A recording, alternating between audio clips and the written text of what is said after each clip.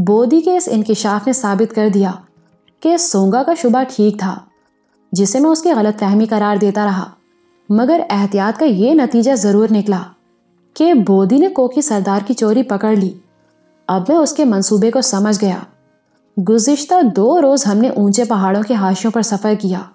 ان بلندیوں سے تعاقب کرنے والوں کو بخوبی دیکھا جا سکتا تھا، اس لیے سردار نے اپنے آدمی کو بہت پیچھے رہنے کی تلقین کی ہوگی تاکہ وہ ہمیں نظر نہ آ سکیں، مگر ان کے تعاقب کے لیے سرخ دھجیوں سے راستے کی نشاندہی کرتا آ رہا تھا۔ اب ہمیں بڑی احتیاط اور ہوشیار رہنے کی ضرورت تھی۔ میں نے بودی کو ہدایت کی کہ قافلے کے پیچھے پیچھے رہے اور جہاں کوئی ایسی چیز دیکھے جس سے راستے کی نشاندہی ہوتی ہو اسے ضائع کر دے یا اپنے پاس سنبھال لے۔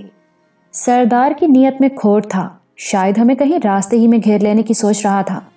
بودی کو تاکید کر کے میں اپنا گھوڑا بڑھاتا، پھر قافلے کے آگے پہنچا اور کلارا کے ساتھ ساتھ چلنے لگا۔ اب میں کوکی سردار کی نگرانی خود کرنا چاہتا تھا، جو عبدل کے ہمراہ ہمارے آگے آگے رواں تھا۔ کلارا نے پوچھا، پیچھے کیا لینے گئے تھے؟ تم نے خود ہی مجھے پارٹی کا لیڈر بنایا تھا، کیا پارٹی کی نگرانی نہ کروں؟ وہ میری طرف دیکھ کر مسکرائی۔ تم ایک اچھے لیڈر ہو اور ایک اچھے عاشق بھی۔ بڑے رومانٹک موڈ میں نظر آ رہی تھی۔ میں نے اسے بتایا، ہمارے شاعر اچھا عاشق صرف کیس کو مانتے ہیں، جو لیلا کے ساتھ ہنی مون بھی نہ منا سکا۔ میں نے کہیں پڑھا ہے، وہ تو پاگل تھا۔ اس نے مجنوں کا ترجمہ کیا۔ ہر اچھا عاشق تھوڑا سا پاگل ہوتا ہے۔ مشرق میں عشق کا یہی سٹینڈرڈ چل رہا ہے، مگر تم تو پاگل نہیں۔ پاگل نہ ہوتا تو تمہارے ساتھ ہنی مون نہ منا لیتا۔ وہ تو ہم گلابی مرمر کے غار میں منائیں گے۔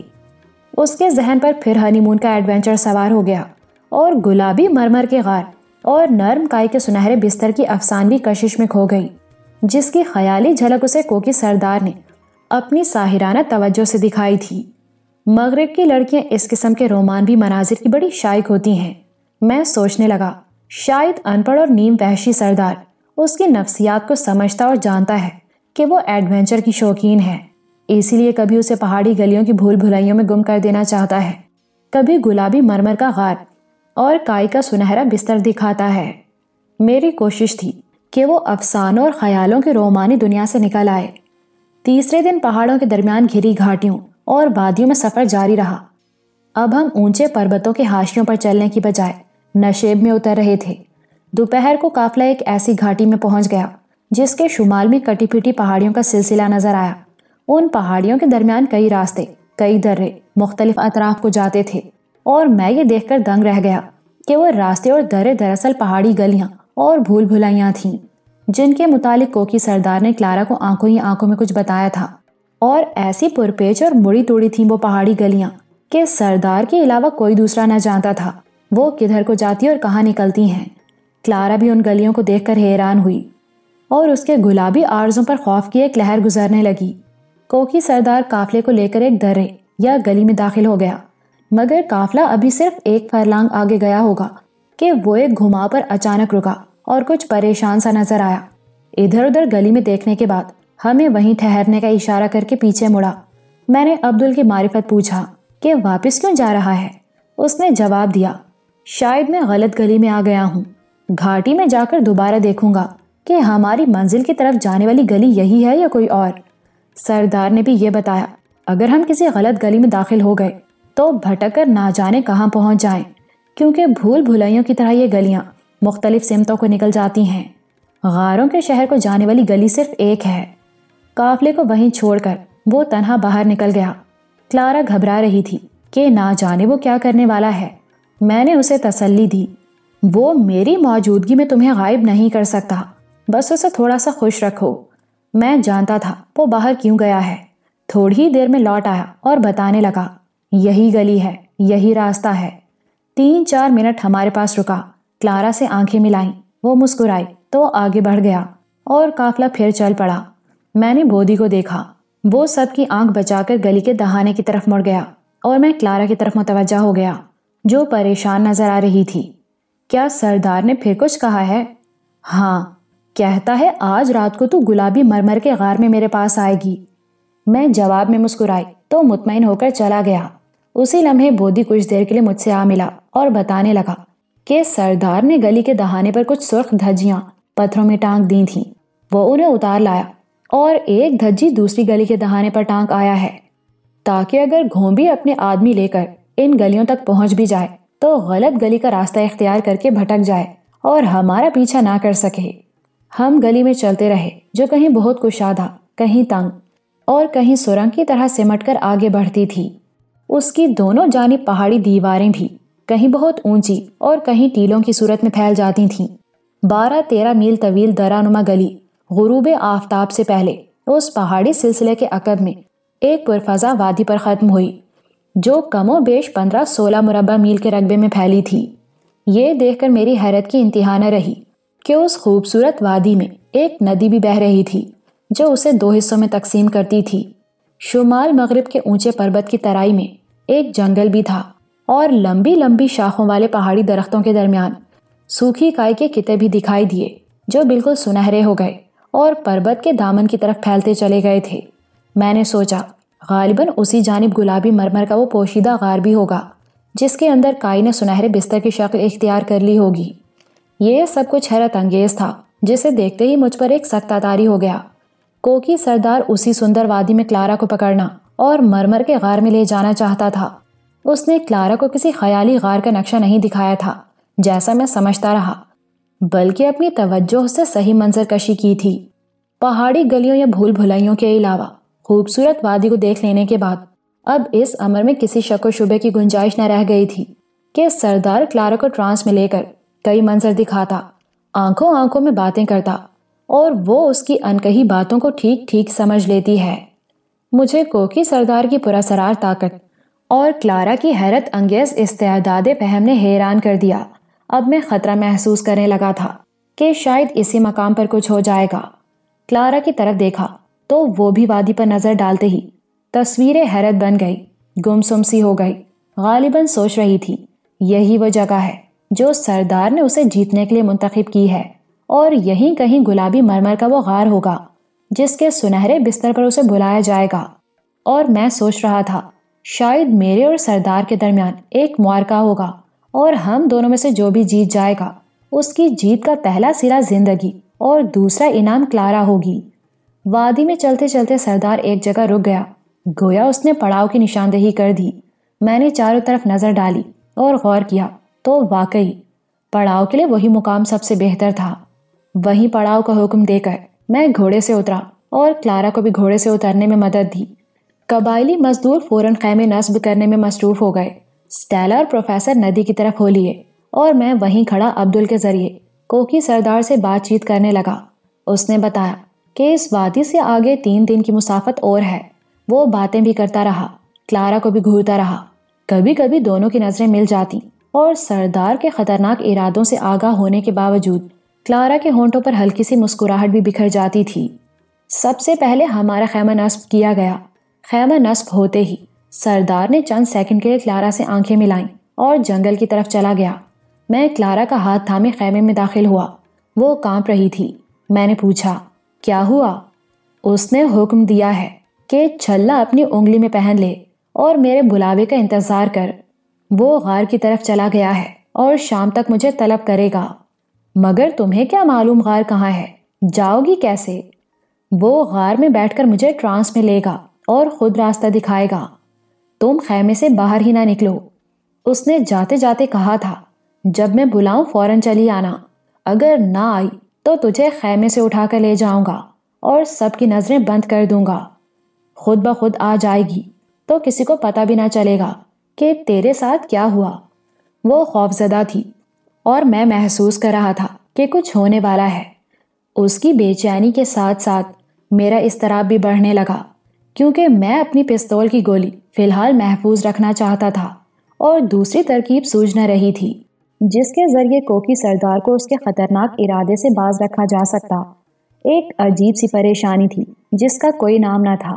اس بات پر بھی حیرت تھی کہ سردار نے اپنے آدمیوں کا انتظار نہیں کیا جن کے لیے نشانیاں چھوڑ آیا تھا، اور وادی میں داخل ہوتے ہی اپنے شیطانی منصوبے کی تکمیل چاہتا ہے۔ اس کا مطلب یہ تھا کہ اسے اپنی پراسرار طاقت پر پورا بھروسہ ہے اور اپنے آپ کو تنہا ہم سب پر بھاری سمجھتا ہے۔ میں سوچنے لگا جادو، طلسم یا ہپنوٹزم ایک علم یا مشق ہے جس کے ذریعے کسی واقعے کو غیر طبعی اور غیر فطری طور پر پیش کیا جاتا ہے۔ ٹرانس یا توجہ کی حالت میں عامل کی نظریں نفسیاتی طور پر معمول کے ذہن کو متاثر کرتی اور اس کے جسم میں داخل ہو کر حیرت انگیز سنسنی پیدا کر دیتی ہیں۔ وہ اس کیفیت سے فائدہ اٹھاتا اور غیر فطری شعبے دکھاتا ہے۔ کبھی کبھی تو سینکڑوں افراد کی آنکھیں اس طرح دھوکہ کھا جاتی ہیں کہ انہیں رسی بھی سانپ نظر آنے لگتی ہے، حالانکہ وہ سانپ نہیں ہوتی۔ بعض لوگ نظر بندی کے ماہر ہوتے اور بہت سی اشیاء لوگوں کی نظروں سے غائب کر دیتے ہیں۔ اس کا کوئی بھی نام رکھ دیا جائے، بہرحال یہ غیر معمولی عمل ہے جسے قرآن میں حضرت سلیمان علیہ السلام کے حوالے سے شیطانی عمل قرار دیا گیا، اور بخاری کی ایک حدیث میں جن میں 7 فساد انگیز امور کی ممانعت کی گئی ہے، ان میں جادو دوسرے نمبر پر ہے۔ اور جب میں اس معاملے پر مذہبی نقطۂ نظر سے غور کرنے لگا اور کوئی ایسی ترکیب سوچ رہا تھا جس سے معمول کو ٹرانس اور توجہ سے بچایا جا سکے تاکہ وہ نفسیاتی طور پر توجہ کے اثر سے محفوظ رہ سکے، تو ناگہاں جس طرح الہام یا کوئی اشارہ غیبی ہوتا ہے، میرے ذہن میں قرآن کریم کی ایک آیت جیسی القاء ہوئی۔ اگرچہ ہم مسلمان اس آیت کو اکثر پڑھتے ہیں لیکن اس کی حکمت پر غور نہیں کرتے، کیونکہ وہ آیت ان آیات الحفظ یعنی حفاظت کرنے والی آیات میں سے ایک ہے جن کے وظیفے سے شیطانی عمل کے علاوہ آفات و بلیات سے بھی پناہ ملتی ہے۔ میں نے کلارا کا ہاتھ پکڑ لیا اور پوچھا، کیا خدا پر یقین رکھتی ہو؟ کیوں نہیں، پھر تمہیں ایک وظیفہ سکھاتا ہوں۔ جب سردار تمہیں ٹرانس میں لینے یا آنکھوں میں کوئی حکم اور پیغام دینے کی کوشش کرے، دل ہی دل میں وظیفہ پڑھنا شروع کر دو۔ اس نے حیرت سے میری طرف دیکھا اور میں اسے اعوذ باللہ من الشیطان الرجیم کی آیت یاد کرانے لگا، ساتھ ہی انگریزی میں اس کا ترجمہ بھی سمجھا دیا۔ اس نے آیت یاد کر لی اور بولی، اس سے کیا ہوگا؟ دیکھتے ہیں کیا ہوتا ہے، مگر وظیفہ ذرا لگن سے کرنا۔ اس اثنا میں تمام خیمے نصب ہو چکے تھے، اسٹیلا اور پروفیسر بھی آ گئے۔ میں کچھ دیر کے لیے باہر نکلا اور بودی سے پوچھا، تو نے دیکھا ہے سردار کدھر گیا؟ اس نے جنگل کی طرف اشارہ کیا اور میں نے بتایا، وہ کلارا کو اپنے جادو کے زور سے کسی غار میں بلانا چاہتا ہے، تمہیں اس کی نگرانی کرنا ہوگی۔ بودی یہ سن کر حیران رہ گیا اور 12 بور کی 2 نالی شارٹ گن کندھے پر لٹکا کر اسی طرف چلا گیا جدھر سردار گیا تھا۔ سورج کی فرار ہوتی روشنی میں نے اسے جنگل میں داخل ہوتے دیکھا۔ پڑاؤ میں سرے شام ہی آگ روشن کر دی گئی، کھانا پکانے کی تیاری ہو رہی تھی۔ میں خیمے میں لوٹ آیا۔ کلارا ممی کے ساتھ فرشی دری پر موٹے نمدے رکھ رہی تھی جنہیں ہم بستروں کے نیچے استعمال کرتے تھے، گویا دونوں بستر بچھا رہی تھیں، اور پروفیسر کپڑے کی آرام کرسی پر اونگھ رہا تھا۔ اچانک کلارا سر پکڑ کر بیٹھ گئی اور میں نے اس کے ہونٹ ہلتے دیکھے۔ غالباً زیر لب وظیفہ پڑھ رہی تھی۔ 1-2 منٹ کے اندر حالت ٹھیک ہو گئی۔ اسٹیلا سونیا یہ سمجھ کر کہ شاید اسے چکر آ گیا ہے، تھرماس ڈھونڈنے لگی جس میں پانی تھا۔ میں نے کلارا کے کندھے پر ہاتھ رکھ دیا تو سرگوشی کے لہجے میں بولی، وہ غار میں پہنچ گیا اور مجھے ٹرانس میں لینے کی کوشش کر رہا تھا۔ وظیفہ پڑھا تو اس کی توجہ کا اثر نہیں ہوا۔ یہ اطلاع امید افزا تھی۔ وہ بھی حیران ہوئی کہ وظیفہ پڑھتے ہی ٹرانس کا عمل نہ صرف رک گیا بلکہ پلٹ گیا تھا۔ اتنے میں اسٹیلا پانی لے کر آ گئی اور کلارا نے اسے دکھاوے کے طور پر 2 گھونٹ پی لیے۔ ابھی کھانے میں دیر تھی۔ میں اسے لے کر بستر پر بیٹھ گیا اور بتانے لگا کہ خدا کا کلام پڑھا جائے تو شیطانی اثر نہیں ہوتا۔ ابھی 3-4 منٹ گزرے تھے کہ اس کی کیفیت بدلی۔ کوکی سردار اسے دوبارہ ٹرانس میں لینے کی کوشش کر رہا تھا، مگر دوسری کوشش بھی ناکام ہوئی۔ کلارا دوسرے ہی لمحے پھر سنبھل گئی اور اب اسے یقین ہو گیا تھا کہ وہ سردار کے شیطانی عمل کا مقابلہ کر سکتی ہے۔ اچانک ترائی کے جنگل میں شارٹ گن کا زبردست دھماکہ ہوا تو میں اچھل کر اٹھا اور کلارا بھی ششدر رہ گئی۔ پروفیسر نے آنکھیں کھول کر دیکھا۔ میں سمجھا شاید جنگل میں کوئی گڑبڑ ہو گئی اور بودی نے سردار پر گولی چلا دی ہے۔ فوراً خیمے سے نکلا اور عبدل اور جم کو لے کر جنگل کی طرف بھاگا۔ شام کے جھٹپٹے میں ہم نے دوسرے فائر کی آواز سنی اور بھاگتے بھاگتے ایک چھوٹے پہاڑی یاک کو جنگل کے حاشیے پر گرتے دیکھا۔ بودی نے یاک پر گولی چلائی اور اسے گرا لیا تھا۔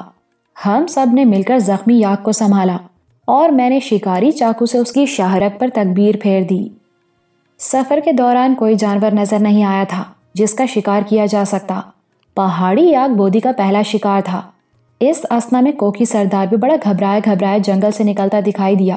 اس نے خون آلود یاک دیکھا تو معاملے کی صورت سمجھ گیا، مگر چہرے پر بدستور ہوائیاں سی اڑ رہی تھیں، جیسے کوئی چیز اس پر بھی چل گئی ہو۔ میں نے عبدل کو ترجمان بنا کر سوال کیا، تم جنگل میں کیا لینے آئے تھے؟ شکار ڈھونڈنے، اس نے زومانی جواب دیا۔ مگر اس قدر گھبرائے کیوں ہو؟ کیا کسی نے تم پر حملہ کیا ہے؟ نہیں، اس نے بات بنائی۔ دھماکے سن کر پریشان ہو گیا تھا، لیکن ایک دھماکہ اس کے اندر بھی ہوا تھا جس نے توجہ کا عمل کاٹ دیا اور وہ اپنے حسین شکار کو ٹرانس میں نہ لے سکا۔ کچھ کھویا بجھا سا دکھائی دیا، جیسے اندر کوئی چیز ٹوٹ گئی یا کھو گئی ہو، اور پریشان اس لیے تھا کہ شاید توجہ کے عمل میں کوئی خرابی پیدا ہو گئی ہے۔ سونگا مونگا بھی اپنے بھالے لے کر پہنچ گئے تھے۔ ایک درخت سے موٹی شاخ کاٹ کر یاک کی ٹانگیں اس میں باندھی گئیں اور 4 آدمی اٹھا کر اسے پڑاؤ میں لے آئے، جہاں کھال اتار کر گوشت کاٹا گیا۔ ایک بڑا الاؤ روشن ہوا اور سب لوگ گوشت کے پارچے بھون کر کھانے لگے۔ کلارا اور سٹیلا بھی خیمے سے باہر آ گئیں اور الاؤ کے پاس بیٹھ کر تکے نوچتی رہیں۔ ان کے نزدیک گریٹ ہمالیہ کے برفانی پروتوں میں یاک کا شکار بھی ایک ایڈونچر تھا۔ کوکی سردار بظاہر گوشت کے پارچے بھون رہا تھا، مگر کئی بار اس نے کلارا کو گھورا۔ 2-3 بار اس کی آنکھیں بھی ملی، مگر میں نے اس کی نظروں کو کلارا کی نظروں سے ٹکرا کر اس طرح ٹوٹتے دیکھا جیسے خلاف واقعہ بجلی بادل میں لوٹ رہی ہو۔ کلارا زیر لب آیت بھی پڑھ رہی تھی، مسکرا بھی رہی تھی، لیکن اب اس کی مسکراہٹ فاتحانہ تھی۔ سردار بے حد پریشان نظر آیا اور اٹھ کر خیمے میں چلا آیا۔ یہ بات اس کی سمجھ سے بالاتر تھی کہ لڑکی اس سے آنکھیں بھی ملاتی ہے، مسکراتی بھی ہے، اور جب اس کے رویے میں کوئی تبدیلی نہیں ہوئی تو ٹرانس میں کیوں نہیں آتی؟ اس پر جادو کیوں نہیں چلتا؟ اس خوشنما وادی میں یاک کے شکار اور اس کے گوشت کا مزہ کبھی نہیں بھولے گا۔ تھوڑی دیر کے بعد ہم بھی خیمے میں آ گئے، مگر میں نے بودی، جم اور سونگا مونگا کو کڑے پہرے کی تاکید کر دی، اور اب بودی اس پہرے کا مطلب بھی سمجھ گیا تھا۔ رات کو جب ہم بستر میں لیٹے تو کلارا بے حد خوش تھی کہ میرے بتائے ہوئے وظیفے نے کوکی سردار کا جادو توڑ دیا۔ میں نے سرگوشی کی، گلابی مرمر کے غار میں جاؤ گی؟ وہ مسکرا دی، تمہارے ساتھ جاؤں گی، شاید واپسی پر ہم اس غار میں جائیں گے۔ میرے بازو پر سر رکھ کر وہ گلابی مرمر کے غار اور سنہرے بستر کے تصور میں کھو گئی۔ اس رات کوئی اور واقعہ نہیں ہوا۔ اگلے دن ناشتے سے فارغ ہوتے ہی جب پڑاؤ اٹھایا جا رہا تھا، عبدل نے آ کر بتایا کہ کوکی سردار ایک روز مزید قیام کرنا چاہتا ہے۔ میں سمجھ گیا، اب وہ اپنے آدمیوں کی ضرورت محسوس کر رہا ہے، مگر نہیں جانتا کہ ہم ان کا راستہ کاٹ چکے ہیں۔ میں خود اس کے پاس گیا، کلارا بھی ساتھ تھی۔ عبدل کی زبان میں پہلا سوال اسی نے کیا، یہاں ایک دن ٹھہر کے کیا کرو گے؟ سردار نے عشق انگیز نظروں سے اسے دیکھا اور بہانہ بنایا، میری طبیعت ٹھیک نہیں، بخار ہے۔ کلارا نے ذرا بے تکلفی اور اپنائیت کا مظاہرہ کرتے ہوئے اس کا ہاتھ پکڑ لیا۔ بخار جسم پر نہیں، اس کے دماغ پر تھا۔ وہ کلارا کا گلابی ہاتھ حیرت سے دیکھتا رہا، اس میں چھلا نہیں تھا۔ سردار نے اسے گھورا اور وہ تحکم کے لہجے میں بولی، تمہاری طبیعت آگے چل کر ٹھیک ہو جائے گی، اٹھو۔ وہ کوئی چوں چرا کیے بغیر اٹھا۔ میں نے تانبے کا چھلا جیب سے نکال کر چپکے سے کلارا کو دے دیا اور اشارہ کیا کہ پہن لے۔ اس نے وہ اس طرح پہنا کہ سردار دیکھ سکے۔ اسے چھلا پہنتے دیکھ کر سردار رکا، آنکھوں میں آنکھیں ڈال دی اور کلارا ٹرانس میں آ گئی۔ پل 2 پل آنکھوں ہی آنکھوں میں باتیں کرنے کے بعد وہ عبدل کے ساتھ آگے بڑھ گیا اور ہم گھوڑوں پر سوار ہو گئے۔ قافلہ چل پڑا تو میں نے کلارا سے پوچھا، سردار نے پھر تمہیں ٹرانس میں لے لیا؟ وہ بتانے لگی، اس کی تھوڑی سی دلجوئی کے لیے میں خود ٹرانس میں آ گئی تھی تاکہ وہ منزل کی طرف گامزن رہے۔ کیا بات کی اس نے؟ کہتا تھا رات تم نے چھلا نہیں پہنا اور گلابی مرمر کے غار والا کام نہیں ہوا۔ تم نے کیا جواب دیا؟ میں نے کہا تھا بھاگی تھوڑی جا رہی ہوں، غاروں کے شہر میں تمہارا کام ہو جائے گا۔ اب وہ پھر مطمئن ہو گیا ہے۔ شاید کلارا نے ٹھیک ہی کہا تھا، کوکی سردار کو منزل کی طرف گامزن رکھنا ضروری تھا، جو اس غلط فہمی میں مبتلا ہو گیا تھا کہ شاید کلارا کے چھلا نہ پہننے کی وجہ سے اس کی توجہ کے عمل میں کوئی خرابی واقع ہو گئی تھی۔ اور اب معاملہ پھر ٹھیک ہو گیا ہے۔ قافلہ ندی کے ساتھ ساتھ شمال کی طرف بڑھتا رہا۔ پہاڑوں کے درمیان گھری وادی عبور کر کے ہم ایک درے پر پہنچے۔ سردار نے ایک سرخ دھجی نکال کر اپنا چہرہ صاف کیا اور ہمارے سامنے بڑی بے پرواہی سے ایک طرف پھینک دی، جیسے اس کی کوئی اہمیت نہ تھی، اور ہمیں لے کر درے میں داخل ہو گیا۔ بودی جو بدستور قافلے کے پیچھے پیچھے تھا، وہ دھجی بھی اپنے تھیلے میں ڈال لایا تھا۔ درہ پار کر کے، جو زیادہ طویل نہیں تھا، ہم پھر کٹی پھٹی پہاڑیوں کے ایک نئے سلسلے میں داخل ہو گئے۔ مگر ان پہاڑیوں میں گلیاں نہیں تھیں، کوئی راستہ بھی نہیں تھا۔ ہم ان کے اونچے نیچے حاشیوں پر سفر کرتے رہے۔ یہ پہاڑیاں سطح سمندر سے ہزاروں فٹ اونچی تھیں، جن کے پیچھے بہت دور نیلے پربتوں کے دھندلے دھندلے سائے نظر آ رہے تھے۔ کوکی سردار نے بتایا کہ انہی نیلے پربتوں میں غاروں کا شہر ہے، مگر وہ پربت 40-45 میل دور تھے۔ چوتھے روز کے سفر کا اختتام انہی پہاڑیوں کے درمیان ایک میدان میں ہوا جہاں کیمپ لگایا گیا، مگر وہاں کوئی قابل ذکر واقعہ نہیں ہوا۔ اگلے دن سفر پھر شروع ہوا اور پہاڑیوں کے ایچ پیچ سے گزرتے شام کے وقت ہم پہاڑی ٹیلوں کے ایک وسیع سلسلے میں پہنچ گئے جو نیلے پربتوں تک پھیلا تھا۔ ان ٹیلوں کے درمیان کہیں کہیں مخروطی چٹانیں کھڑی تھیں۔ جہاں ہم نے کیمپ لگایا وہاں سے نیلے پربت صرف 12 میل دور تھے۔ کیمپ لگاتے ہی سردار نے اعلان کر دیا کہ ہم بھوتوں اور چڑیلوں کی نگری کے بہت قریب آ گئے ہیں۔ وہ بار بار بھوتوں کا نام لے کر اگر ہمیں نہیں تو ہمارے قبائلی مزدوروں کو ضرور خوفزدہ کر رہا تھا۔ میں بتا چکا ہوں، ہماری پارٹی میں 3 پانکھو، 3 کوہلی اور 2 سنتھالی مزدور ہیں۔ کوکیوں کی طرح یہ آسامی قبیلے بھی نہ صرف بھوتوں اور چڑیلوں کو مانتے بلکہ ان کی پوجا کرتے ہیں۔ پانکھو قبیلے کا ایک بھوت مندر تو ہم دیکھ بھی آئے تھے۔ سردار بھوتوں کی باتیں پھیلا کر ہمارے قبائلی مزدوروں میں ہراس پھیلا رہا تھا، اور یہ بات پریشان کن تھی۔ غالباً وہ کسی خاص مقصد کے تحت انہیں ہماری پارٹی سے الگ کر لینا چاہتا تھا۔ ہمارے اپنے خیمے میں سٹیلا سونیا ایک ایسی عورت تھی جو مذہبی طور پر بھوتوں اور بدروحوں پر اعتماد رکھتی تھی۔ جب کوکی سردار کی بات اس کے کانوں تک پہنچی، وہ بھی خوفزدہ نظر آنے لگی۔ پروفیسر نے اپنی بیوی کو سمجھایا کہ بھوتوں اور چڑیلوں کا کوئی وجود نہیں۔ وہ بولی، بھوت نہ سہی مگر بدروحیں تو دنیا میں بھٹکتی رہتی ہیں۔ پھر انجیل کے حوالے دینے لگی۔ پروفیسر کی طرح کلارا بھی ان باتوں کو نہیں مانتی تھی۔ اس نے کہا، بدروحیں پرانے زمانے میں ہوتی ہوں گی، آج کل نہیں۔ آج کل کیوں نہیں؟ ممی، وہ اپنی ڈیوٹی آدمیوں کو سونپ کر بھاگ گئی ہیں۔ پروفیسر نے بے ساختہ کہکہا لگایا، جو سٹیلا کے خیالات کو بھی اپنے ساتھ بہا لے گیا۔ مگر اسی لمحے عبدل یہ اطلاع لے کر آیا کہ کوکی سردار قبائلی مزدوروں کو خوفزدہ کر رہا ہے۔ اس نے کہا ہے، جو لوگ غاروں کے شہر یا بھوت نگری میں جائیں گے واپس نہیں آ سکتے۔ وہ لوگ سردار کے جادو سے بھی ڈرتے ہیں۔ میں نے 375 ہالینڈ میگنم کی طاقتور رائفل اٹھائی اور عبدل کے ساتھ باہر آ گیا۔ قبائلی مزدور بیٹھے آپس میں چائے مگوئیاں کر رہے تھے۔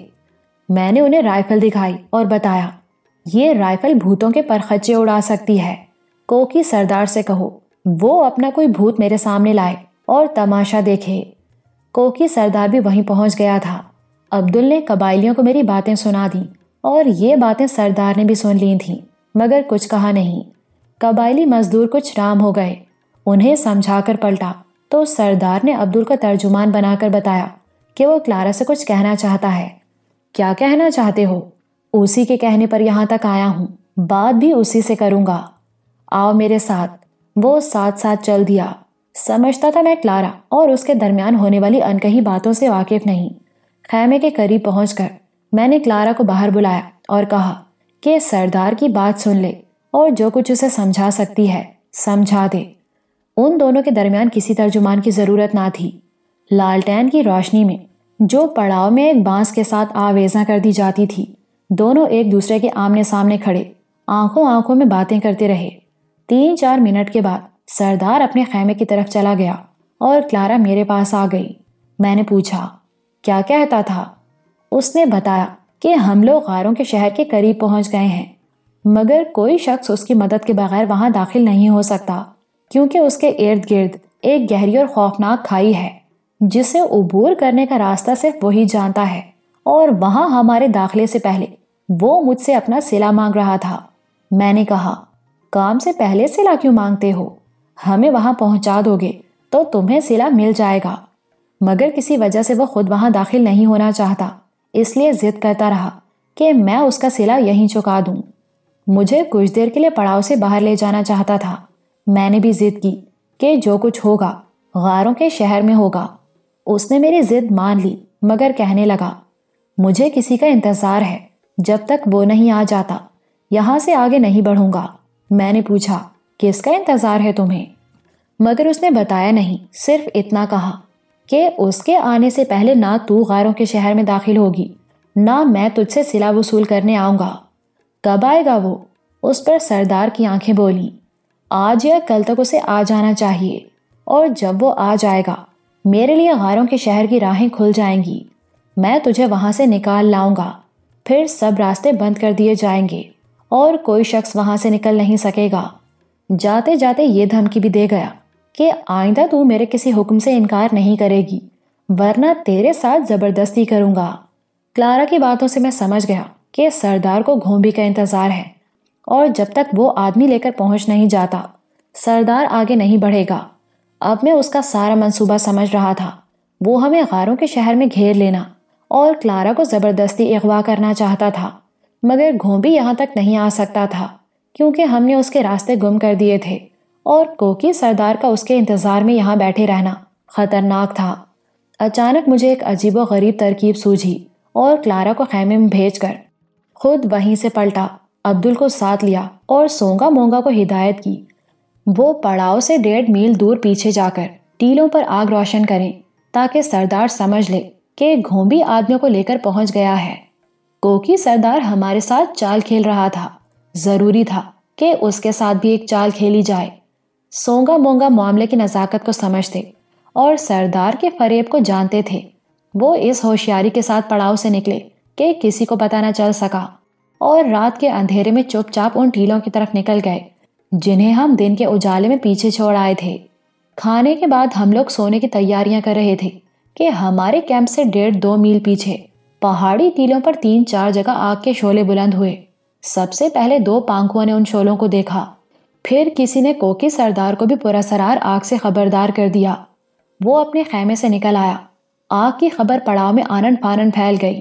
سب لوگ خیموں سے نکل کر حیرت و پریشانی کے عالم میں جنوب کی آگ کو دیکھنے لگے۔ میں بھی پروفیسر ہرش کو لے کر باہر آ گیا تاکہ معلوم کر سکوں کہ کوکی سردار اس پراسرار آگ کے بارے میں کیا کہتا ہے۔ آسام کے سرحدی قبائل آگ سے پیغام رسانی کا کام بھی لیتے ہیں، اور سونگا مونگا نے بالکل کوکی قبیلے کی روایت کے مطابق 4 مقامات پر آگ اس طرح روشن کی تھی جس نے ایک پیغام کی شکل اختیار کر لی، اور وہ پیغام یہ تھا کہ ہم آ گئے ہیں۔ میں نے کوکی سردار کے چہرے پر ایک وحشیانہ سی چمک دیکھی جس نے یہ پراسرار پیغام پڑھ لیا تھا۔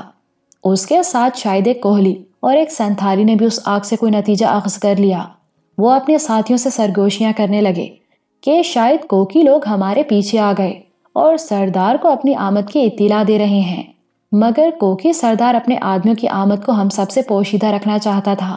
رات کے اندھیرے میں ناگہاں اس کا یہ خوفناک قہقہا بلند ہوا جس نے سب لوگوں کو حیران کر دیا، اور اسی عالم حیرت میں وہ آسام کی قبائلی بولی میں اعلان کرنے لگا، یہ آگ بھوتوں اور چڑیلوں نے جلائی ہے۔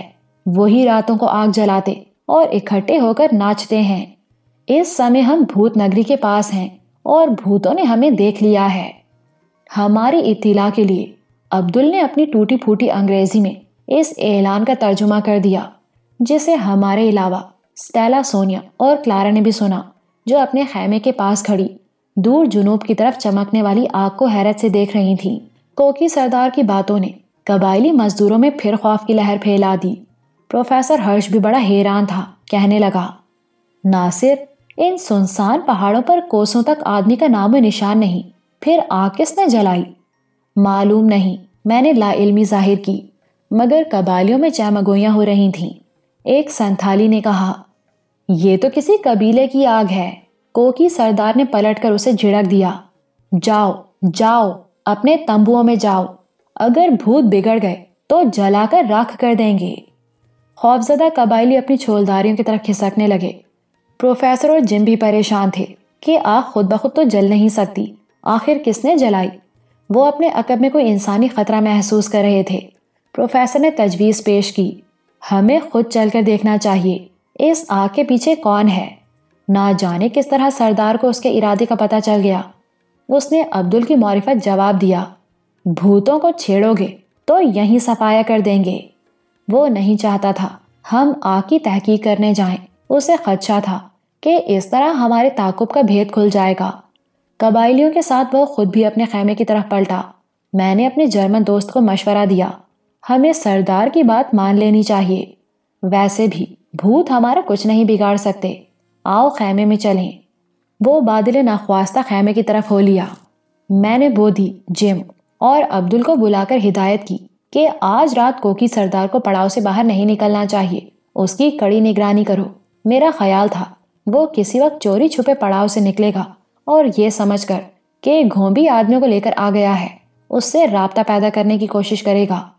یہ کوشش ہمارے لیے نقصان دہ ہوتی، کیونکہ آگ تو سونگا مونگا نے جلائی تھی۔ میں چاہتا تھا وہ یہی سمجھتا رہے کہ گھونبی آ گیا ہے، لیکن اس سے ملنے کی کوشش نہ کرے۔ پراسرار آگ کی وجہ سے کیمپ میں افراتفری اور پریشانی کی جو کیفیت پیدا ہوئی، اس میں کسی نے سونگا مونگا کی طرف دھیان ہی نہیں دیا تھا کہ وہ کہاں ہیں۔ نگرانی کی ہدایت دے کر میں بھی خیمے میں آ گیا۔ یہاں پروفیسر اور اسٹیلا پراسرار آگ پر اپنے اپنے خیال کا اظہار کر رہے تھے اور کلارا بستر میں بیٹھی چپ چاپ ان کی باتیں سن رہی تھی۔ میں اس کے پاس جا کر بیٹھا تو اسٹیلا کہنے لگی، میں خطرہ محسوس کر رہی ہوں۔ کیسا خطرہ؟ میں نے سوال کیا۔ تم لوگ بدروحوں کو نہیں مانتے، مگر آگ اور کون جلا سکتا ہے؟ اب ضروری تھا میں اسے حقیقت سے آگاہ کر دوں، کیونکہ کوکی سردار کے کان اتنے لمبے نہیں تھے کہ میری آواز سن سکتے۔ جن بدروحوں نے آگ جلائی انہیں میں نے آگ روشن کرنے کا حکم دیا تھا۔ اسٹیلا سونیا دنگ رہ گئی۔ کیا بدروحیں تمہارا حکم مانتی ہیں؟ میں نے انکشاف کیا، وہ بدروحیں سونگا مونگا ہیں جنہیں خاص مقصد کے تحت آگ جلانے کے لیے 1.5-2 میل پیچھے بھیجا تھا۔ اسٹیلا کی حیرت اور پروفیسر کی دلچسپی بڑھی۔ میں نے انہیں سردار کی شرارت سے آگاہ کیا، سرخ دھجیوں کے ذریعے راستے کی نشاندہی کرنے کا ماجرا سنایا جنہیں بودی اپنے تھیلے میں جمع کر لایا تھا۔ یہ بھی بتایا کہ اس وادی میں بھی جہاں ہم نے یاک کا شکار کیا، سردار کو اپنے نائب گھونبی کا انتظار تھا اور اسی لیے ایک روز مزید رکنے پر اصرار کرتا تھا۔ اب وہ یہاں اس لیے ٹھہرنا چاہتا ہے کہ گھونبی آدمیوں کو لے کر آ جائے اور کہیں نہ کہیں ہمیں گھیر لے۔ میں نے اس کے ساتھ ڈرامہ کھیلا اور عقب میں آگ روشن کر کے اسے یہ باور کرا دیا کہ گھونبی پہنچ گیا ہے، اب وہ روانگی میں دیر نہیں لگائے گا۔ یہ بھی بتایا کہ بودی، جم اور عبدل کو سردار کی نگرانی پر چھوڑ آیا ہوں تاکہ وہ کیمپ سے نکلنے کی کوشش نہ کرے اور سونگا مونگا بھی آ کر اس نگرانی میں شامل ہو جائیں گے۔ اسٹیلا کی حیرت بشاشت میں تبدیل ہو گئی۔ پروفیسر ہرش میری کارکردگی پر حیران رہ گیا اور کلارا بڑے پیار سے میرے کندھے پر بازو پھیلا کر باپ سے مخاطب ہوئی، ڈیڈ، میں نے کہا تھا نا، پارٹی کا لیڈر ناصر کو ہونا چاہیے۔ باپ نے بیٹی کی تائید کی کہ میں بہت اچھا لیڈر ہوں۔ اسٹیلا سونیا بھی اس پر بے حد خوش ہوئی کہ میں صرف کلارا کا نہیں بلکہ پورے قافلے کا محافظ ثابت ہوا ہوں۔ پھر دونوں میاں بیوی لمبی تان کر سو گئے۔ ادھر ہماری سرگوشیاں شروع ہو گئیں۔ کلارا پہلے سے کہیں زیادہ مطمئن تھی اور اس کا ہر سانس مجھے محبت کی دعوت دے رہا تھا۔ اب میں اس سے پیار کرتا ہوں تو میرے دل و دماغ کے درمیان کوئی کشمکش نہیں ہوتی، کیونکہ کشمکش اس وقت ہوتی ہے جب آدمی کسی دوسرے کو یا اپنے آپ کو دھوکہ دیتا ہے۔ مگر میں محسوس کرنے لگا ہوں کہ کلارا جیسی خوبصورت لڑکیاں صرف پیار کرنے کے لیے پیدا ہوتی ہیں۔ دوسری صبح میں طلوع آفتاب کے ساتھ ہی خیمے سے نکل آیا تاکہ جلد روانگی کا انتظام کر سکوں۔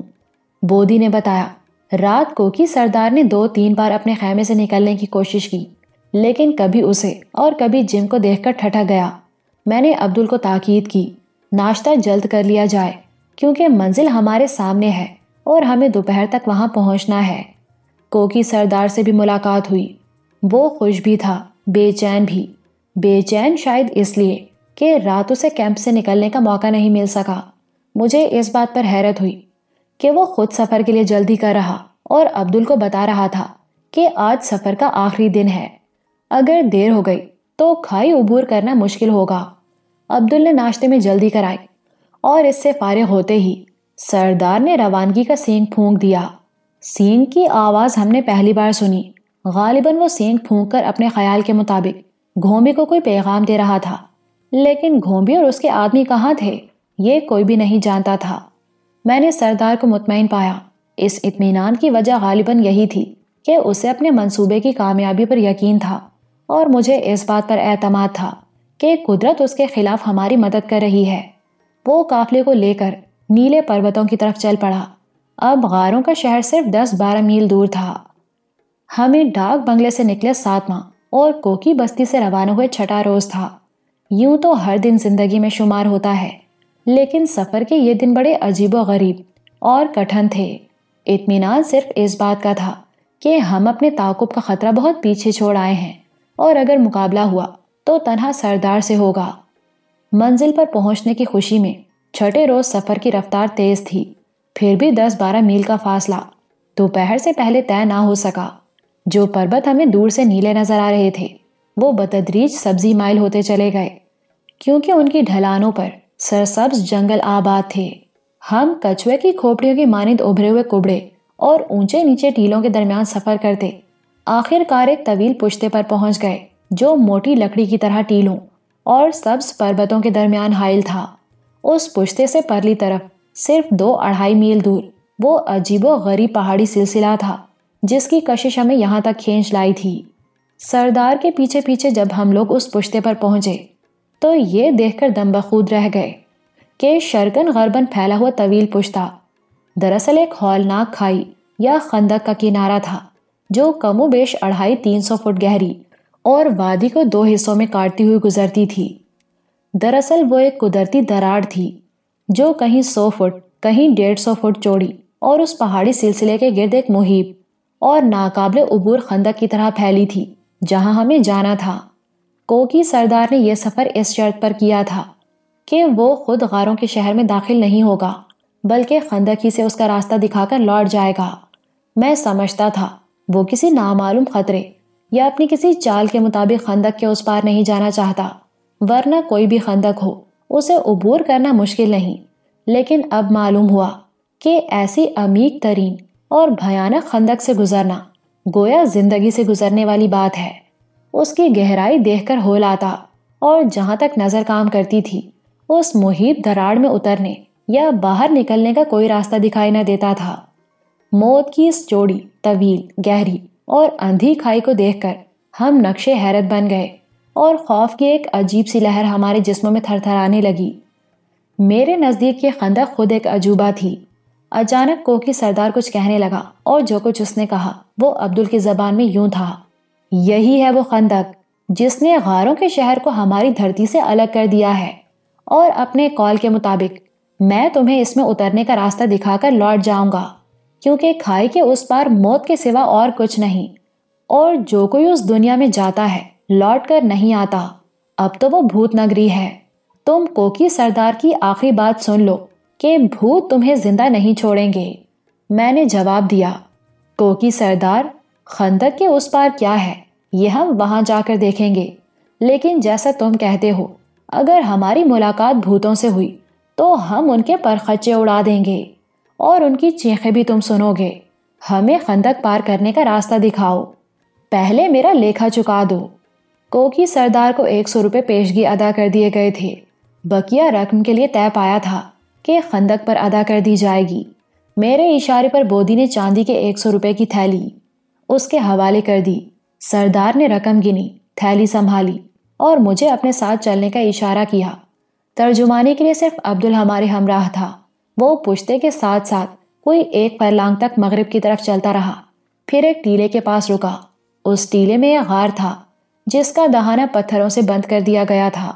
سردار نے چند پتھر ہٹا کر غار کا منہ تھوڑا سا کھول دیا اور بولا: خندق میں اترنے کا یہی راستہ ہے۔ میں نے ٹارچ کی روشنی میں دیکھا، غار اندر سے کافی کھلا اور ایک بھیانک ترچھی سرنگ کا دہانہ تھا جو پشتے کے اندر ہی اندر کہیں نیچے اترتی تھی۔ سردار سمجھانے لگا: 80-90 فٹ کے بعد یہ سرنگ تمہیں ایک ڈھلان راستے پر لے جائے گی جو خندق کی دیوار کے ساتھ ساتھ چلتا اور 1 میل کے بعد کھائی میں اترتا ہے۔ وہاں سے تم خندق کی دوسری دیوار کی طرف بڑھو گے اور اس کے ساتھ ساتھ پورب کی طرف نصف میل چلو گے تو اس دیوار میں ایک غار دیکھو گے۔ وہ غار بھی ایک طویل سرنگ کا دہانہ ہے جس کی ترچھی بلندی سے گزر کر تم خندق کے اس راستے پر جا نکلو گے جو تمہیں غاروں کے شہر میں لے جائے گا اور جہاں موت تمہارا انتظار کر رہی ہے۔ بس میرا کام ختم ہوا۔ میں نے اس کی آنکھوں میں جھانکتے ہوئے پوچھا، تم نے راستہ بتانے میں کوئی غلطی تو نہیں کی؟ وہ عبدل سے مخاطب ہوا، اپنے پنجابی صاحب سے کہہ دو میں موت کے سارے راستے یاد رکھتا ہوں اور ان کی نشاندہی میں کبھی غلطی نہیں کرتا۔ میں نے راستہ بتانے کی قیمت وصول کی ہے اور وہ راستہ موت کے شہر میں جاتا ہے جہاں خاموشی، بدنصیبی اور نحوست کے سوا اور کچھ نہیں۔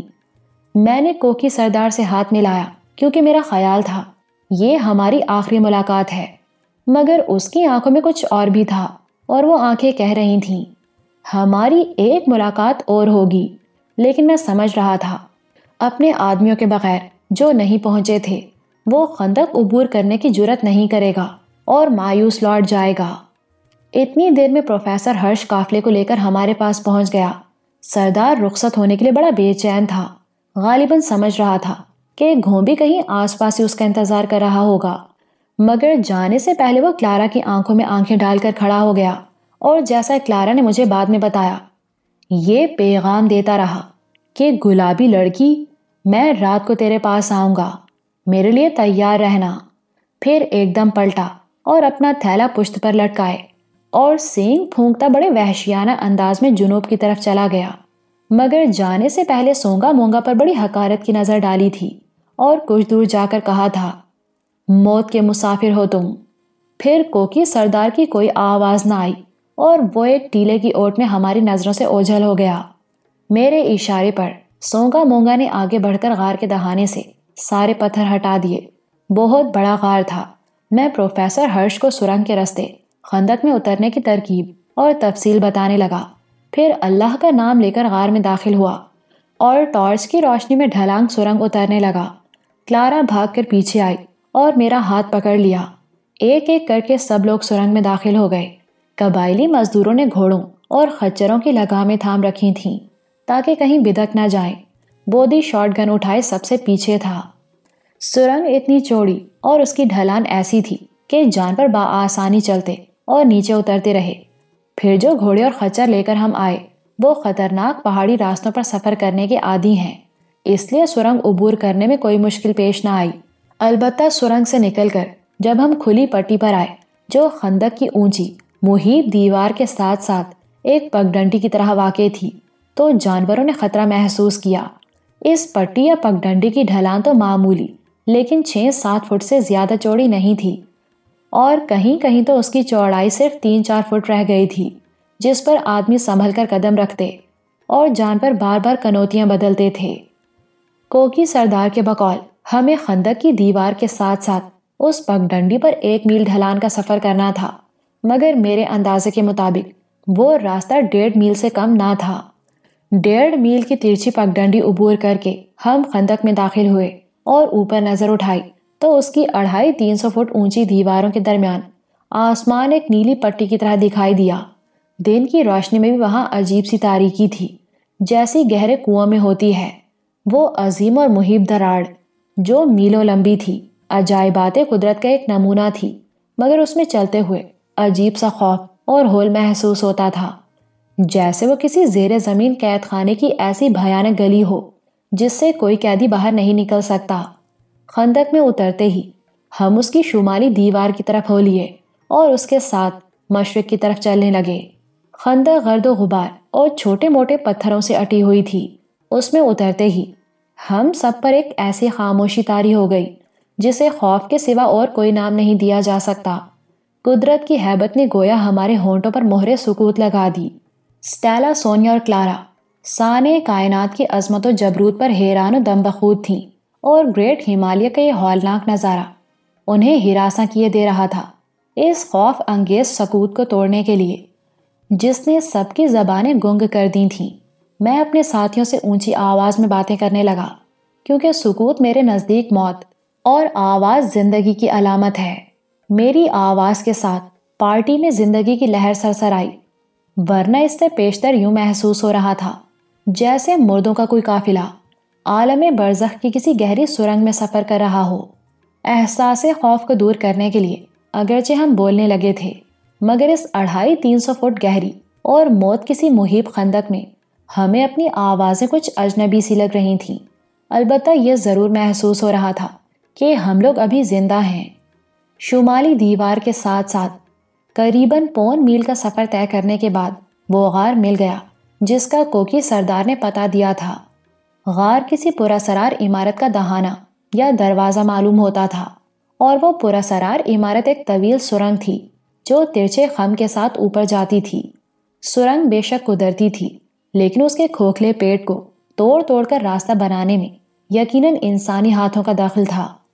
ٹارچ کی روشنی میں میرے ساتھ پروفیسر ہرش نے بھی بڑے غور سے اس کی دیواروں اور اوپر جاتے ہوئے راستے کا مشاہدہ کیا، اور ہم دونوں اس نتیجے پر پہنچے کہ پتھر کاٹ کاٹ کر سرنگ کو کشادہ کیا گیا ہے تاکہ آمد و رفت میں آسانی رہے۔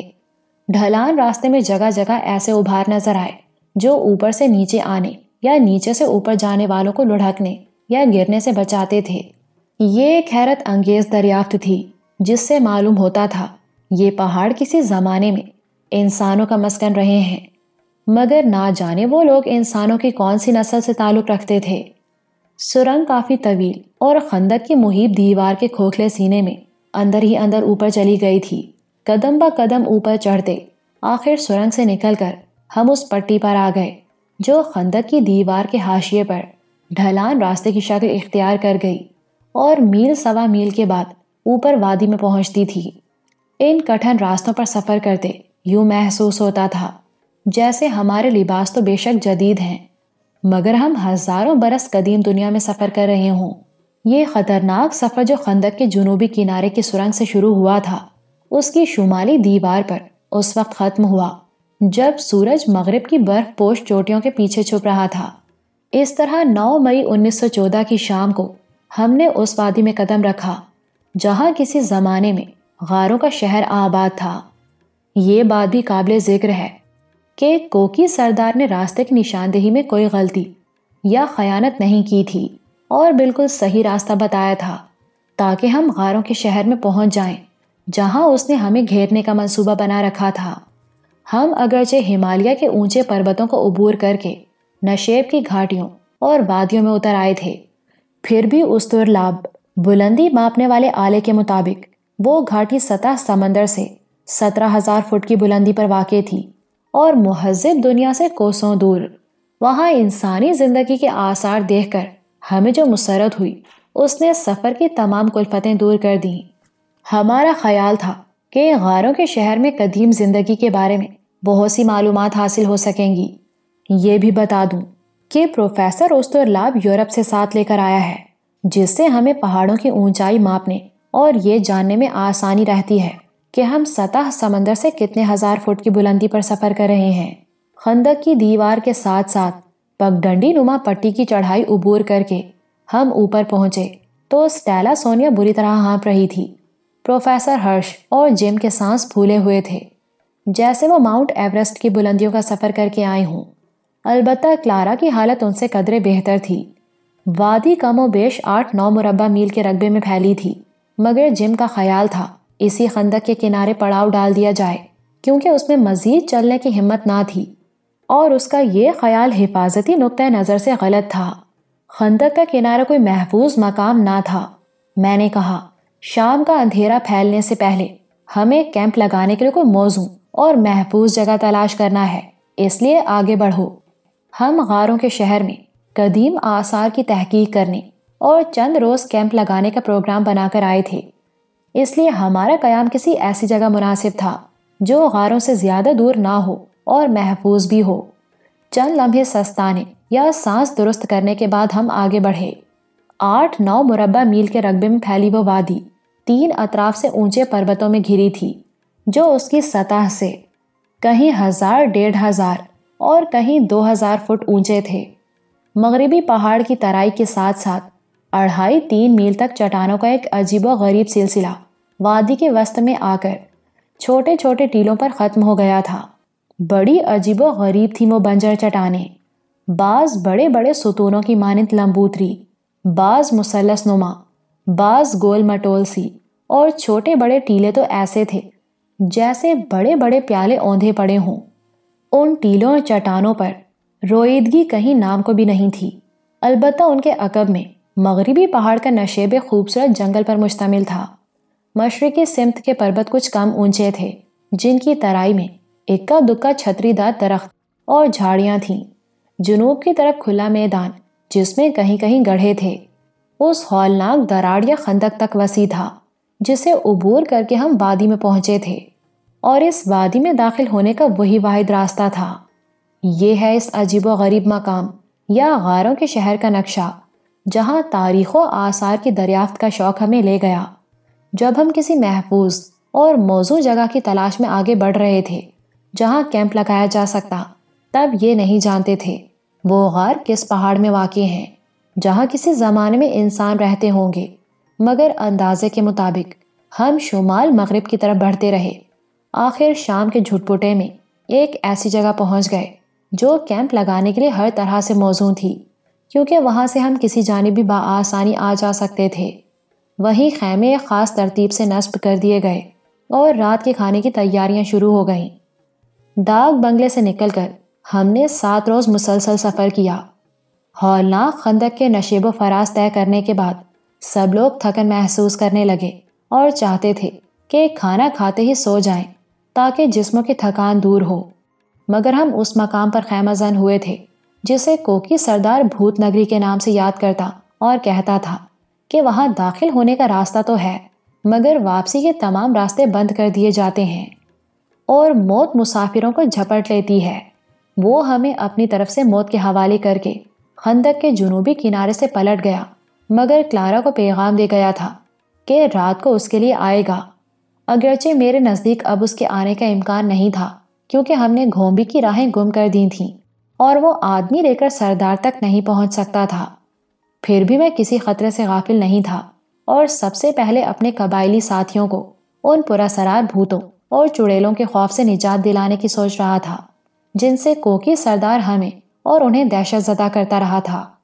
میں نے بودھی اور جم کے علاوہ سونگا مونگا کو حکم دیا کہ وہ 2 پارٹیوں کی شکل میں وادی کا گشت لگائیں اور معلوم کریں ادھر ادھر کوئی خطرہ تو نہیں۔ رات کے کھانے تک دونوں پارٹیاں گشت لگا کر لوٹ آئیں۔ معلوم ہوا کہ وادی بالکل سنسان ہے اور بظاہر کسی خطرے کا امکان نہیں۔ پھر بھی ان چاروں کی ڈیوٹی یہی تھی کہ باری باری جاگتے رہیں اور ساری رات پہرا دیں۔ سونگا مونگا کو خاص طور سے ہدایت کی تھی کہ اب خطرہ صرف سردار کی طرف سے ہے، شاید وہ رات کے اندھیرے میں آئے اور کوئی شرارت کرے، لہٰذا وہ ہوشیار رہیں۔ میرا خیال تھا کوکی سردار سب سے پہلے گھومبی اور اپنے آدمی کو ڈھونڈے گا اور ان کی تلاش میں 13-14 میل دور ان ٹیلوں تک ضرور جائے گا جہاں سونگا مونگا نے آگ روشن کر کے اسے مغالطہ دیا تھا، اور جب گھومبی وغیرہ کا کہیں نام و نشان نہ مل سکے گا تو سخت پریشان ہوگا کہ اپنی آمد کا پیغام کس نے دیا تھا، آگ کیوں جلائی تھی۔ اس کے پاس 2 ہی راستے تھے، واپس چلا جائے اور آسام کی طرف کسی بستی تک تنہا سفر کرے، یا کہیں قرب و جوار میں چھپ کر بیٹھ جائے، ہماری نگرانی کرتا رہے اور ہم پر اپنا جادو آزمائے۔ کلارا سے دلچسپی رکھتا تھا، مگر اس کی آدھی قوت ٹوٹ چکی تھی اور تنہا کچھ نہیں کر سکتا تھا۔ رات کو جب میں کلارا کے ساتھ بستر میں لیٹا تو سب سے پہلے کوکی سردار کے بارے میں پوچھا۔ تمہیں سردار کو کوئی اشارہ ملا؟ نہیں، کوئی اشارہ نہیں ملا۔ شاید اب وہ کوئی اشارہ دے گا بھی نہیں۔ سردار کو گولی مارو، اس نے ہولے سے سرگوشی کی۔ تم اپنا اشارہ کیوں نہیں دیتے مجھے؟ میں اس کا مطلب سمجھ گیا۔ وقت پر اشارہ دوں گا تمہیں، اگر وقت گزر گیا تو لوٹ کے نہیں آئے گا۔ اس کے لہجے میں کسی خطرے کی سرسراہٹ تھی۔ میں ایک بات میں الجھ گیا ہوں۔ کس بات میں الجھ گئے ہو؟ مجھے خود ایک اشارے کا انتظار ہے، ایک آواز سن رہا ہوں مگر سمجھ نہیں پاتا۔ صرف اپنے دل کی آواز سنو۔ دل تو تمہارا ہو چکا، تم بھی میرے ہو جاؤ۔ چند روز انتظار کرو، پھر دل کے ساتھ میرا جسم بھی تمہارا ہوگا۔ عورت مرد کے ایک وعدے پر پوری زندگی گزار سکتی ہے۔ کلارا میرے وعدے پر مزید چند روز گزارنے پر تیار ہو گئی اور اپنی عادت کے مطابق میرے بازو پر سر رکھ کے سو گئی۔ رات سکون سے گزر گئی اور غاروں کے شہر میں ہمارا پہلا دن طلوع ہوا۔ نہ تو کلارا کو سردار کو کوئی اشارہ موصول ہوا، نہ وہ خود اس سے ملاقات کرنے آیا، اور میں سوچنے لگا شاید وہ آسام کی طرف لوٹ گیا ہے۔ ناشتے سے فارغ ہو کر ہم نے وہ غار تلاش کرنے کا پروگرام بنایا جن کی تحقیق و دریافت کے لیے اتنا طویل سفر کیا تھا۔ اسٹیلا سونیا کو رات تھکاوٹ کی وجہ سے کچھ حرارت ہو گئی تھی، مگر اسپرین کی 2 گولیاں کھا لینے سے اس کی طبیعت ٹھیک ہو گئی۔ جم مزید آرام کرنا چاہتا تھا، اسے کیمپ میں چھوڑ دیا گیا۔ یوں بھی حفاظت کے لیے کسی ایسے آدمی کا کیمپ میں رہنا ضروری تھا جو بندوق چلا سکتا ہو۔ قبائلی مزدوروں اور جم کو وہیں چھوڑ کر ہم اونچے پہاڑ کی طرف ہو لیے۔ بودھی، عبدل اور سونگا مونگا ہمارے ساتھ تھے۔ کیمپ سے نکل کر ابھی تھوڑی دور گئے تھے کہ ایک گڑھے کے قریب پہنچ کر کلارا اور اسٹیلا کی چیخیں نکل گئیں۔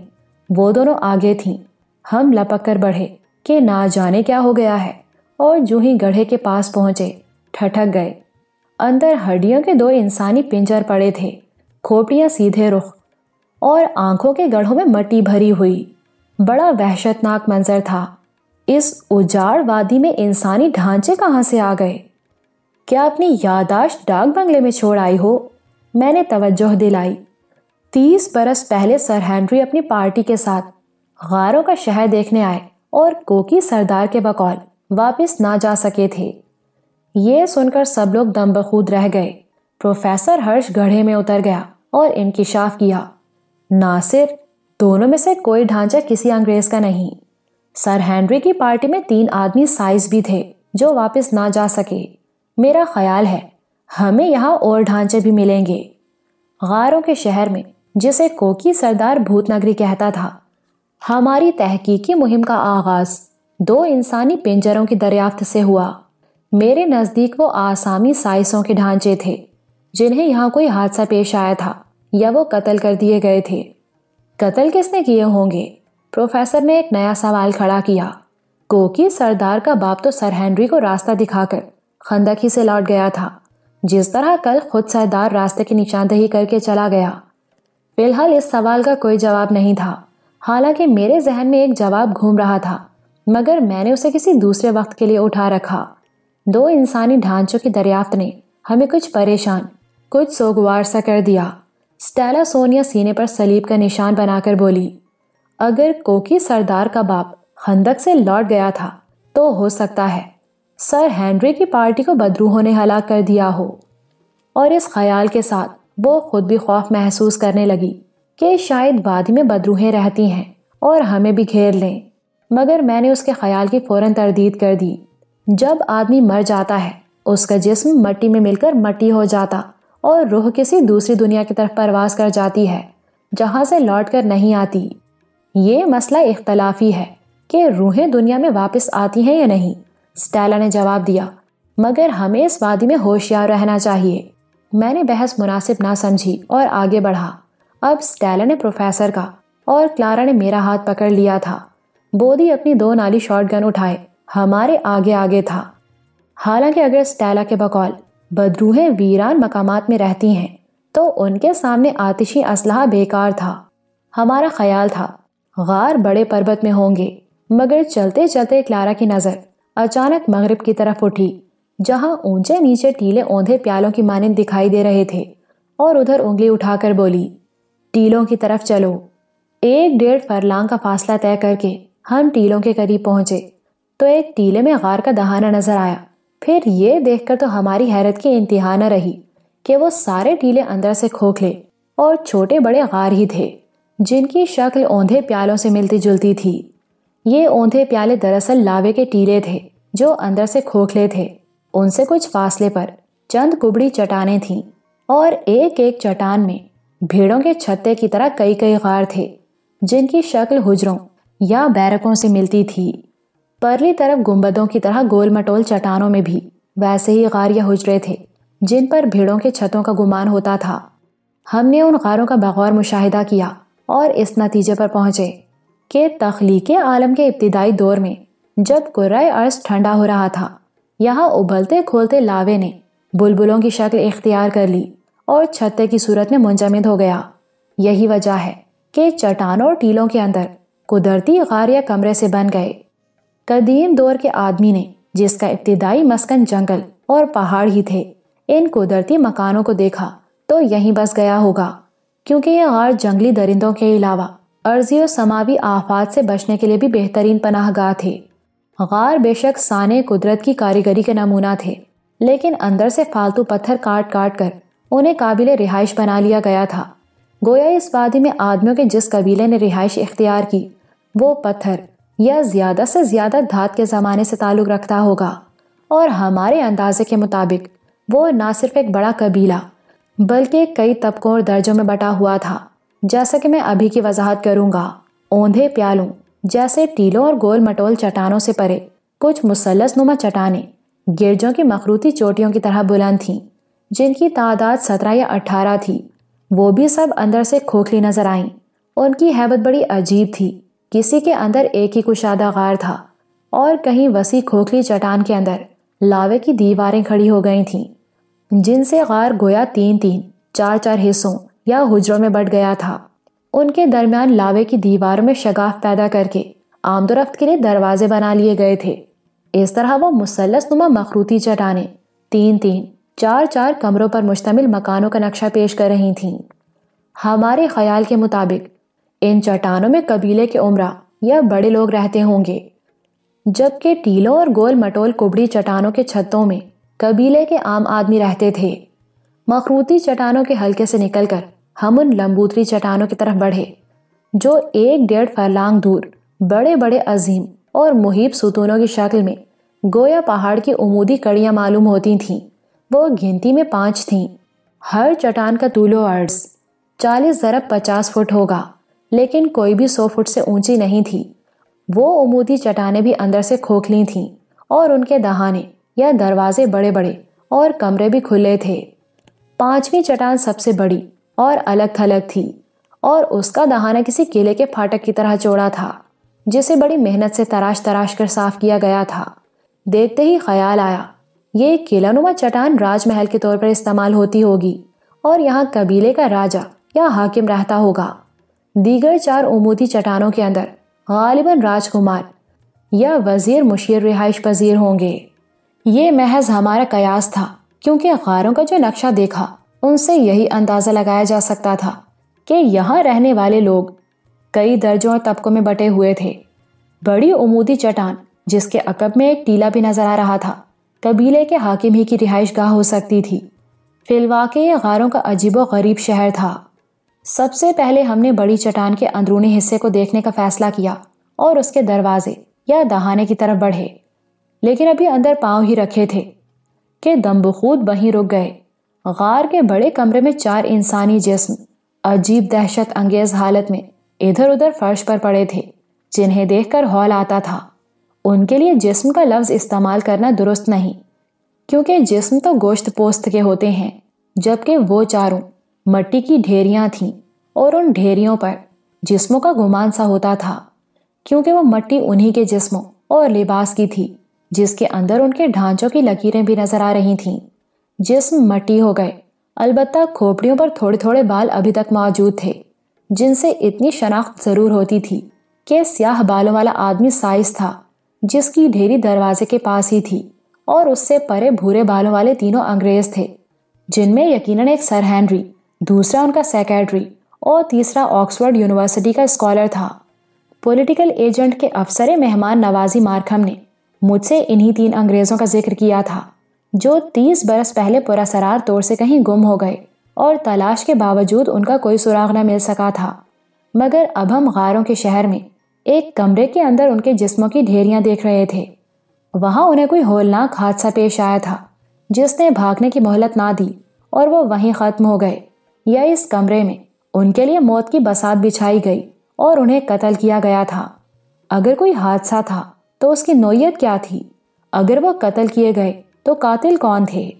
جسموں کی ڈھیریوں کو دیکھ کر اس قسم کے متعدد سوال ذہن میں پیدا ہو گئے، مگر اب وہ کوئی سوال سن سکتے نہ کوئی جواب دے سکتے تھے، کیونکہ موت نے ان کی سماعت و گویائی کے دروازے بند کر دیے تھے۔ بلکہ جس طرح آگ خار و خس کو کھا جاتی ہے، اسی طرح مٹی ان کے جسموں کو کھا گئی تھی۔ موت کا وہ منظر اتنا ہولناک تھا کہ ہم نامعلوم سا خوف محسوس کرنے لگے، اور اسٹیلا سونیا تو اس منظر فنا سے اس قدر دہشت زدہ ہوئی کہ چیخنا یا اپنے سینے پر صلیب کا نشان تک بنانا بھول گئی۔ مٹی کے وہ جسم یا ڈھیریاں دیکھ کر میں سوچ رہا تھا، ان جسموں کی ڈھیریاں شاید اس لیے باقی رہیں کہ وہ ایک بڑے غار میں پڑے رہے، ورنہ ہوا ان کی مٹی بھی اڑا کر لے جاتی اور ہم ان کے ننگے ڈھانچے ہی دیکھ پاتے۔